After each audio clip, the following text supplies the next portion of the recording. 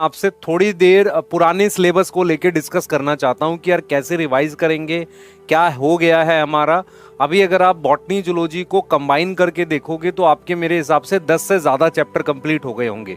Total हमारे पास बेटा 38 chapters होते हैं, जिसमें काफ़ी सारे छोटे चैप्टर्स भी हैं, पर जो आपके कंप्लीट हुए हैं उसमें लिविंग वर्ल्ड को छोड़ के बाकी के सारे चैप्टर लगभग बड़े थे। ठीक है, अब यहाँ से ध्यान से सुनेंगे बेटा, यहाँ से हम आगे जाएंगे और आपका सिलेबस यहाँ से आगे ले जाएंगे। अब मैं आपसे अगर पूछूं कि यार मुझे सेल रिवाइज करना है, जैसे मैं जानबूझ के आपसे डिस्कस करना चाह रहा था कि इस पॉइंट ऑफ टाइम पर मुझे ये समझ नहीं आता कि रिवाइज कैसे करना है, तो मैं 1 मिनट लूंगा, उस पर आपसे डिस्कस करूंगा। मान लो आज आपका मन करा है सेल रिवाइज करने का, तो सेल चैप्टर कैसे रिवाइज किया जाए। सबसे पहला तरीका, सबसे पहले क्या करो, अपने नोट्स लेकर बैठो और आपके पास नोट्स, मान लो आपने पेन से लिखे हैं तो आपके पास कोई कलर पेंसिल होनी चाहिए। ठीक है, कोई कलर पेंसिल हो या नॉर्मल पेंसिल हो, उस पेंसिल को लेकर बैठा करो। अब क्या करोगे, उसके साथ आप एक रफ कॉपी अपने पास रखो। ठीक है, अब आप क्या कर रहे हो, नोट्स को धीरे धीरे रीड करते हुए आगे बढ़ रहे हो। मतलब आपने एक रीडिंग कर ली एक पेज की, ठीक है, समझ आ गया, फिर दूसरे पेज की एक रीडिंग कर ली, ऐसे आपने 5 पेज पढ़ लिए। 5-6 पेज में आपके 1-2 टॉपिक कंप्लीट हो गए। ठीक है, अब आपने क्या किया, उस 5-7 पेजों को दोबारा रीड किया।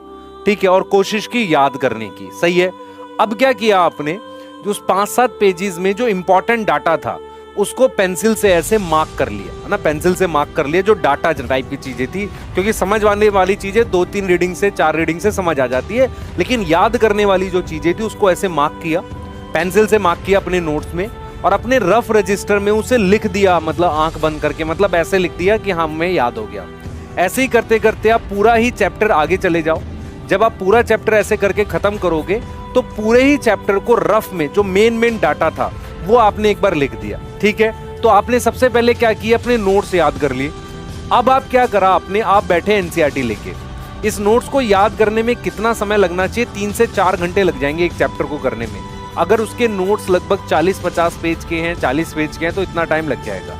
अब आपने क्या किया, 40-50 पेज में तो लग जाएगा इतना टाइम। उसके बाद अब आप एनसीईआरटी लेकर बैठे, आपने 1 से 1.5 घंटे में एनसीईआरटी उस चैप्टर की आराम से रीडिंग करी, फिर आधे घंटे में एक फास्ट रीडिंग करी, और आपने वो मेन पॉइंट्स, अगर नोट्स में कोई नहीं है वो मार्क कर लिए, या मेन पॉइंट्स को मार्क करके आपने एनसीईआरटी की रीडिंग कर ली। फिर आपने क्या किया, ऐसी रीडिंग आपने 1-2 तक यहां तक कर ली।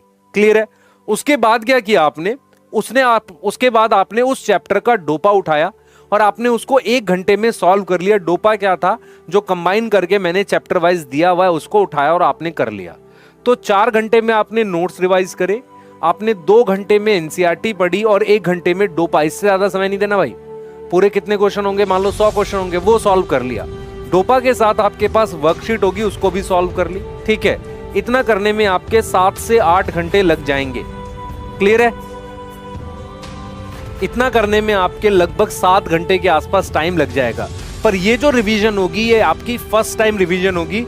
उसके बाद आपने जब भी रिवाइज करना है, अपने नोट्स की एक रीडिंग करनी है, अपने नोट्स की सिर्फ एक रीडिंग करनी है और उसको याद करने की कोशिश करनी है, और रफ में गंदा ही सही वो मेन डाटा दोबारा से लिख लेना है, क्योंकि आपने एक बार पेंसिल से मार्क तो कर लिया उस डाटे को, फिर से उसको लिख कर देख लेना है। तो उसमें आपको रिवाइज करने में नोट्स को कितना टाइम लगा करेगा, सर हमें लग जाएगा लगभग 1-1.25 घंटे में हो जाया करेगा। पहली बार में टाइम ज्यादा लगेगा, लेकिन दूसरी, तीसरी, चौथी बार में टाइम कम लगेगा। एनसीईआरटी क्या पढ़नी है क्या बेटा, दूसरी बार में भी एनसीईआरटी आधे घंटे रीड कर सकते हो, देख सकते हो। उसके बाद आपको जब बार बार करोगे, एनसीईआरटी की भी लाइनें अपने नोट्स में कहीं लास्ट में जाकर लिख लेना, जो लाइनें आपके नोट्स में ना हो। उसके बाद आप क्या कर सकते हो, उसको एक सिर्फ नोट्स रिवाइज करा करोगे आप, 1-1.5 घंटे में नोट्स रिवाइज हो जाया करेंगे। कि सर नोट्स कौन से यूज करने हैं, मेन नोट्स यूज करने हैं कि आपके शॉर्ट नोट्स यूज करने हैं। मेरा ये मानना है कि आपके जो मेन नोट्स आपने बनाए थे उन्हें यूज करो। शॉर्ट नोट्स क्या होता है बेटा, शॉर्ट नोट्स कहाँ ज्यादा हेल्प करेंगे, जब आपके मेन नोट्स आपको अच्छे से याद हो जाएंगे ना, तो शॉर्ट नोट्स बस देखने भर से 10-15 मिनट में जल्दी रिवाइज करने के लिए होते हैं। तो शॉर्ट नोट्स हेल्प करते हैं लास्ट में, उसको लिख कर रिवाइज करना है। लेकिन मेन नोट्स जो होते हैं उसमें लाइनें होती हैं, तो जब आप वो लाइनें बार बार पढ़ोगे ना और आंख बंद करोगे, वो पेज दिखा करेगा। एग्जाम तक आपने अपने मेन नोट्स कम से कम 10 से 15 बार रिवाइज किए होने चाहिए। मैं बार बार बोल रहा हूं, कम से कम 10 से 15 बार।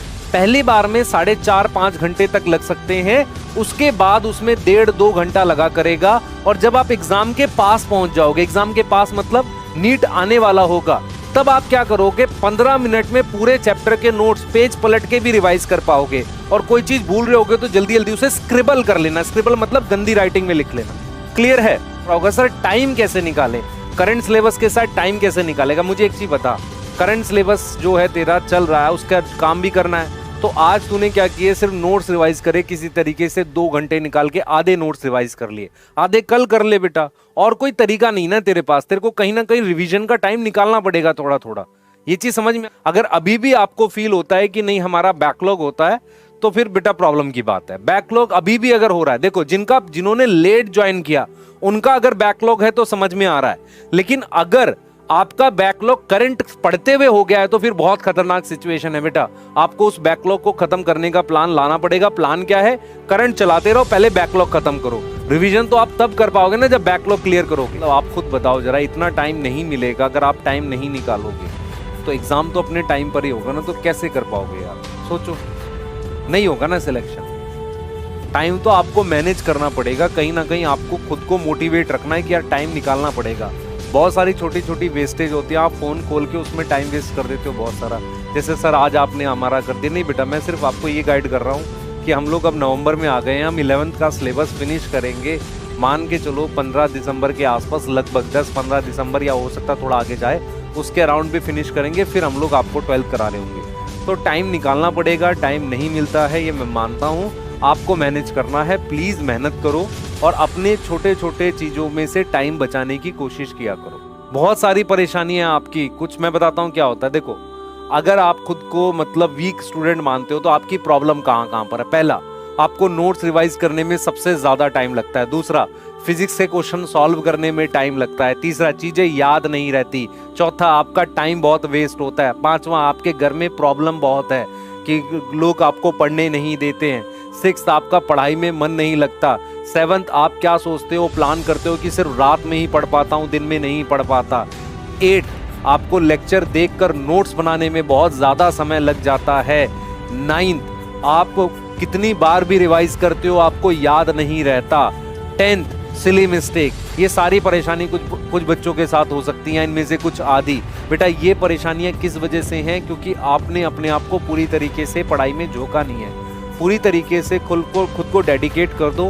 हर एक मिनट आपका बेटा पढ़ाई की तरफ होना चाहिए। अगर आप अभी भी फील करते हो कि नहीं थोड़ा पढ़ने से हो जाएगा, तो अभी पढ़ाई छोड़ के बेटा लेक्चर बंद करके सो जाओ, कोई फर्क नहीं पड़ता, अगले साल नहीं होने वाला।